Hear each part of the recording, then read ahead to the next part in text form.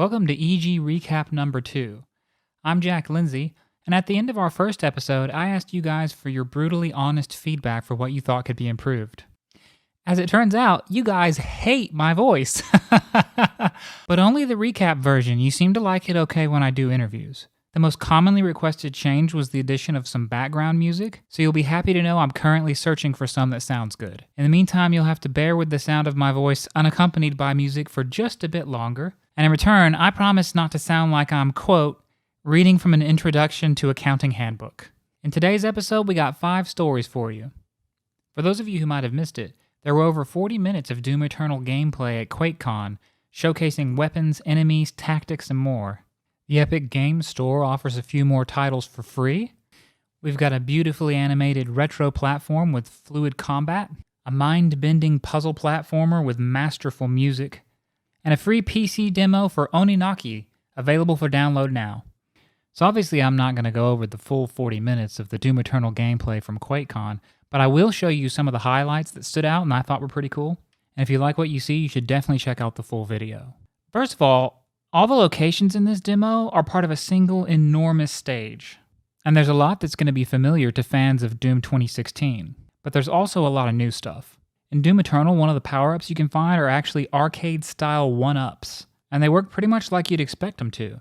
They look like little glowing Doomslayer helmets, and grabbing one basically gives you an extra life. Some of them are out in the open and easy to find, while others require a little more finesse or cunning to locate. In combat, if you're holding onto one of these when your HP reaches 0, instead of being torn limb from limb by horrifying demons, everything goes black and white, your HP restores to full, and for a few seconds you're invulnerable to all damage. They didn't mention if there was a maximum number of these 1-ups you can carry at any given time, so there might not be, but they did say you're definitely going to need them. Another feature that's unique to Doom Eternal is that most heavy enemies will have certain weak points on their bodies that you should target. For example, the Arachnotrons have a gun on top of their brain heads, and if you target it specifically, you can actually destroy it and greatly reduce their firepower on top of wounding them. The weak point for the Mancubus is its arm cannons. Targeting these will simultaneously wound the Mancubus and greatly reduce its firepower once they're destroyed. While these weak points are technically optional, the developers claim that the game is designed so that you're definitely going to want to target them, because it'll make your life way easier. There are also going to be several new enemies in Doom Eternal, 2 of which were showcased in this demo. First, there's the Carcass, a bloated cybernetic zombie, who functions as a sort of support unit for the demons. While its offensive weapons aren't much of a threat, the Carcass can deploy energy barriers in the field instantaneously. And if you happen to be wielding a rocket launcher when they drop one of these in front of you, you just might take a huge chunk of splash damage to the face. And they've beefed up the rocket launcher's damage to force you to be more careful with it in combat. The Carcass can also target its fellow demons with a special kind of shield that stops the Doomslayer from being able to perform glory kills, because no glory kills is a dead Doomslayer.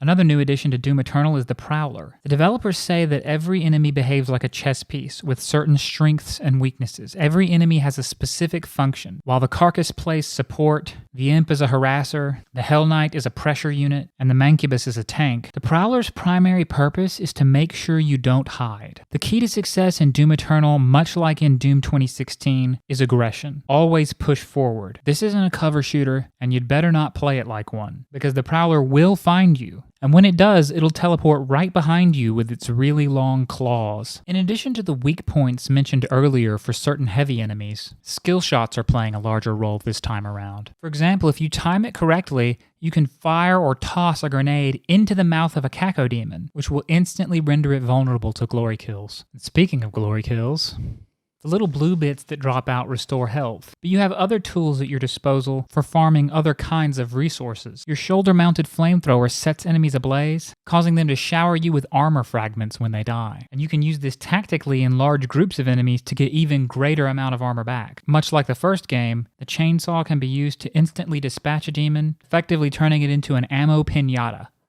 Our next story comes from Mr. Tyler Krasny, and all you Tim Sweeney fans out there are going to be stoked, because 2 new games have been made free on the Epic Games Store. Starting on August 2nd, anyone with an Epic account will be able to grab not only Ubisoft's violent medieval melee For Honor, but also Remedy's incredibly popular Alan Wake. For Honor is a third-person multiplayer fighter that pits teams of knights, Vikings, and samurai against each other in deadly combat. Though released some time ago, the game still receives updates to this day, the most recent of which is a new Viking hero.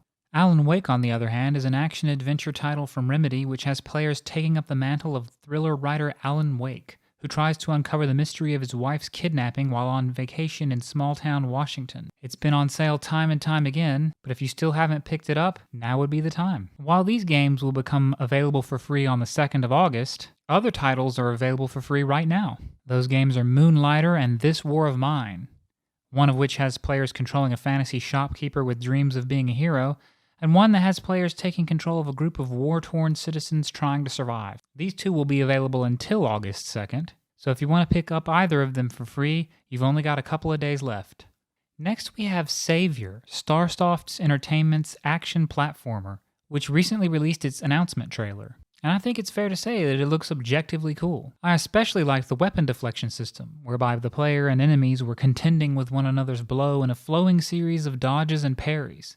That sort of combat's so much more compelling than the industry standard of enemies and protagonists whacking each other like hand puppets in a street show. And it's always inspiring to see designers try to make melee combat really look like combat. The release date for this one is currently listed as TBD, as is its availability for consoles, but you can wishlist it through Steam. According to the developers, Savior is an action-adventure platformer in which you dramatically change a vast open world, parkour effortlessly with pain-free intuitive platforming, engage a variety of opponents with strategic precision melee combat, and discover a rich world full of quests, colorful characters, and countless secrets. Some of the features include adaptive behavior for friends and foes, surroundings that transform based on your actions, ledge snapping for epic platforming, and befuddling robots with logic. Continuing in the theme of cool-looking indie platformers, DARQ is a psychological horror set in a lucid dream. There aren't many games that can get away with such a muted, nearly black-and-white aesthetic, but DARQ looks like it's definitely one of them. Published and developed by Unfold Games, DARQ tells the story of Lloyd, a boy who becomes aware of the fact that he's dreaming. The dream quickly turns into a nightmare, and all attempts to wake up end in failure. Lloyd learns how to survive the nightmare by bending the laws of physics and manipulating the fluid fabric of the dream world. The soundtrack was composed by 5-time ASCAP award-winning composer Vlad Marhulitz, recorded with the Budapest Symphony Orchestra, and mixed by Adam Schmidt, known for his work on Inception, The Dark Knight Rises, and Pirates of the Caribbean. This game has some seriously awesome music. Apart from gravity-defying puzzles, Lloyd will have to use stealth when nearby enemies. He has no chance of winning in an open confrontation, since the creatures he will encounter are much more powerful and faster than him. Instead, he has to rely on careful planning to avoid getting detected. The unique art style, detailed environments, and creepy atmosphere definitely make this one to keep an eye out for. And you won't have to wait long either, since it's coming out on the 15th of August. You can wishlist it on Steam right now, but whether or not it will come to consoles is yet to be determined. And finally, a PC demo for ONINAKI is available for download now. ONINAKI by Square Enix is a real-time combat JRPG. In it, you play as a watcher, whose role is to guide the souls of the dead that have strayed from the path. And by strayed from the path, they mean turned into monsters. And by guide, they mean beat the ever-living daylights out of. If you're into JRPGs, or themes of the afterlife, you can get the demo right now for free on Steam. And that about does it for the second ever EG recap. As before, all the articles discussed here will be linked in the description below. You can find the full-length video of the Doom Eternal showcase in the article about that, the trailer video and social media links of the developers in the article about Savior, and the same for the article about DARQ. You can find some additional story information in the article about ONINAKI, as well as a link to the Steam page where you'll find the demo, but I have faith in your ability to do that without that link. I'm required by law to tell you to subscribe and hit that bell for notifications, and hopefully the second time around I sound a little bit less like I'm about to do your taxes. But as always, I want you to let me know how I'm doing in the comments. You guys were cracking me up the first time around, but I've tried to take the advice to heart. I've got a huge music library of non-copyrighted songs I'm sifting through to complement the narration. I'm sure you'll notice that I've included timestamps in the video description that you can click on to go right to any of the stories covered, and I put a brief overview in the beginning that tells what each of those stories are going to be, and all these features were requested by you guys last time, and I really do aim to please. So please do keep the feedback coming, guys, because that's how I'm going to learn, that's how I'm going to get better. Unlike our other content creators, I'm no master YouTuber yet. I'm but a humble games journalist, learning things as I go one step at a time. And I'm always brainstorming other improvements, like maybe a graphics suite as one user suggested, or maybe even some secret other things. Who knows what lies in store for you on the next EG Recap. I'll see you then.